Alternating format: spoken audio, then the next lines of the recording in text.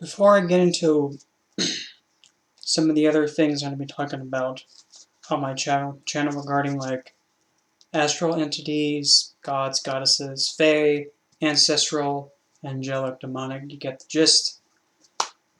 I also kind of want to incorporate how you can use the alchemic mindset in regards to them, while also maintaining a good sense of boundary and building kind of like your everyday interaction with them to make it more stronger and grounding. But at the same time, when there's an entity that's out of line, you can just lay the smack down on it. So at the very core of it, I define an astral as any kind of entity, any being, or what have you, that is an existence that exists, but at the same time it doesn't have a physical body to interact with you. That being said, a god is an astral, a fae is an astral, angelic is an astral, demonic is an astral, any kind of poltergeist, that's an astral, thought form or servitor, that's an astral. You kind of get the idea of it. Elemental, that's an astral. Anything that has a form of consciousness or an awareness or state of being that lacks the physical body. Now, that being said, an astral exists, but so do I. Regardless of what kind of astral it is, God, divine, what have you, interact with them the exact same way as you would as a person. That being said, we're going to take the same scenario. The only thing that's different is one's a person and one's an astral. Say for an example, you're just sitting on the couch minding your own business. Then out of nowhere somebody kicks your door and comes in flailing his arms and is just out of line and making a hot mess of the house. Well, obviously, you would get up and say, "What the heck are you doing? I didn't say you can come in here. Why the heck are you acting like spaghetti arms? The heck's wrong with you? Get out!" And you would do everything in your power to get him out, even call law enforcement to tell him to scram. Now you're sitting on your couch again, and then out of nowhere, stuff is just going all over the place randomly, just out of nowhere. Again, it's the same thing. You have something coming in and completely throwing a big hissy fit and making a hot mess. The only thing is that you can't see it. But it exists, and like earlier, if you watched the videos earlier, all that exists and everything that is known to exist, you can target it. Just like with a person coming in flailing, just because you physically can see it, you go at it and tell it to get or give it a boot to the tush. Astral, it exists. You can't see it, but you know it's there. Same thing. You just straight up tell it, "Yo, who in the heck are you? You're a demon king? Okay, yeah, that's cute. Out. I didn't say you can come in here. Oh, you think you're a king, you can do it as you please? That's cute. You think you're Trump? No, out. This is my house and not yours. Out. Don't have to like it. In fact, I don't give a crap. You're in my domain. You get out." Oh, there's a back nod? Okay, out. My house, my rules. Here's like the documentation showing that this is my property. And I own it, so about that. Since I own the house and it's in my name, I decide what happens. You can't come in. Off with you. See? Just it out. And really, in that kind of a circumstance, and I have a few stories I'll share, technically, yeah, it can't just barge in like that. It wasn't allowed in. And just because an astral being is on a different plane than you, Again, with like the law of consequence, nothing is free from it. Whenever something carries out an action, there's always a consequence to come after it. And nothing is free from it. There's always a boundary. And just because an astral being is on a different plane, that don't give it any kind of right or the power or the authority to do as it pleases. A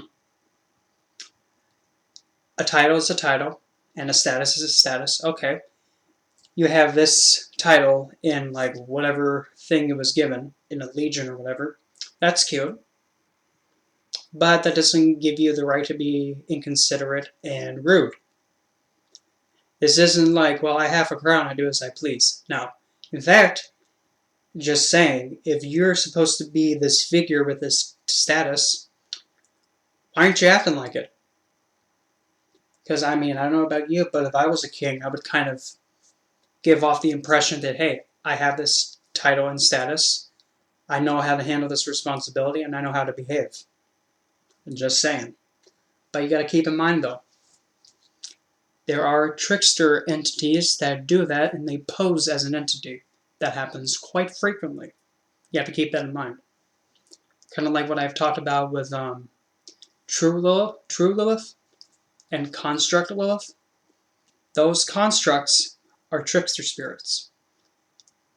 True Lilith, as I've explained before, she does as she pleases, but rather she's not really into just walking up to some guy who's just minding his own business, not doing anything wrong, and, just ripping his dick off.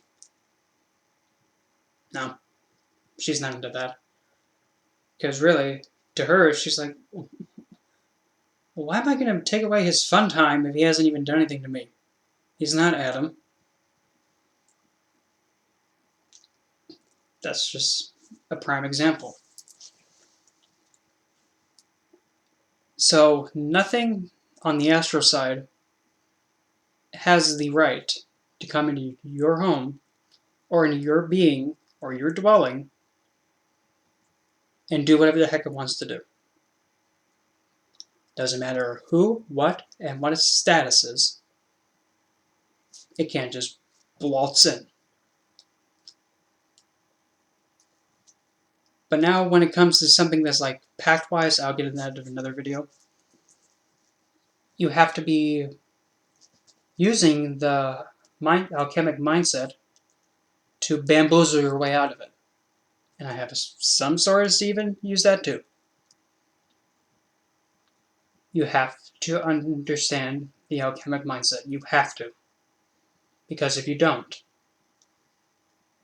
most of the time, what these entities will do when they're coming at you and just completely ruining you, they're pushing you against the wall.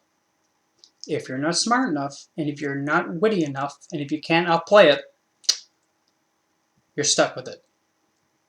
Unless if you have someone who is very potent in exorcism to drive it out. But at the end of the day, you really don't need to go to that extreme. If your mind is sharp, and if you're quick, and if you're outwitty and you outplay, the entity can't do anything. At first it's pinning you against the wall, then you just flip it and you push it into against the wall. That's how powerful the alchemic mindset is. It is a very deceptively simple, yet unmatched in power, if you use it correctly and you understand it. It's like what I said in the beginning. You can use it to completely outmaneuver anything that comes at you. Don't matter how or who comes at it, how big it is, there's no way out of it. Well, there's only no way out of it because you just said there isn't. Everything has a way out, you just gotta look and think outside the box. So, my first story that I'll be sharing in the next video in this series is actually going to be involving a well-known entity that involves a Ouija board. And yeah, don't matter you know, how fun he was trying to be like, oh, I'm gonna just try and make this guy laugh like a maniac and then just possess him. Nah, I don't like being having my hand fondled when I'm trying to learn something. I don't like holding hands with entities that, make people want to giggle.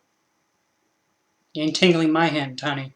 I'm flattered, but yeah, we'll get into that next video. So again, before I close this, remember, you are in control of what's around you. You. Not the entity throwing a hissy fit. Not the entity that's there backing you up and supporting you. You do. Because once you realize it, nothing can get in your way. It's fact.